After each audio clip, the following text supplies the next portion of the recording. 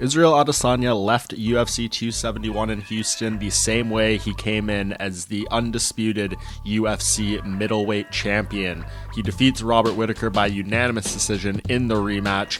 A much more competitive fight, obviously, than the first time around. Goes all 5 rounds here. We don't need to get into the minutia of how the fight was scored, how it was broke down. It was competitive, went down to the wire, and ultimately the judges favored Adesanya's work, and he is now 22-0 in his career as a middleweight. The lone blemish on his record taking place in the light heavyweight division. He's rebounded strong with 2 title defenses in his weight class since that lone career defeat against Jan Blachowicz, and he is just looking better and better.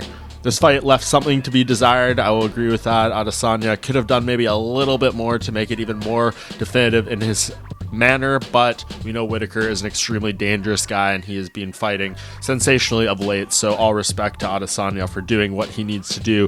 He is cruising through all these contenders atop the middleweight division, and he is looking like he is going to be a handful for anyone, and very, very difficult to dethrone at this point in his career. But we need to move forward. We need to have the title defenses, the new challengers come on, and much to Adesanya's pleasure, there is a fresh face staring at his belt in terms of the next title shot, and we saw that man earn a victory just hours before his when Jared Cannonier brutally knocked out Derek Brunson. Those elbows absolutely savage to get the job done, and I think this solidifies the title shot for him. Cannonier has stumbled in this number 1 contender's position a couple times, failed to get over the hump for the title shot. He did it with a emphatic, devastating knockout of Brunson, and I think there is no questions he needs to be the guy fighting for the belt. UFC President Dana White agreeing with such at the post-fight press conference. So not too much to dig into here as far as what the future holds for Israel Adesanya. He says he wants to return in June.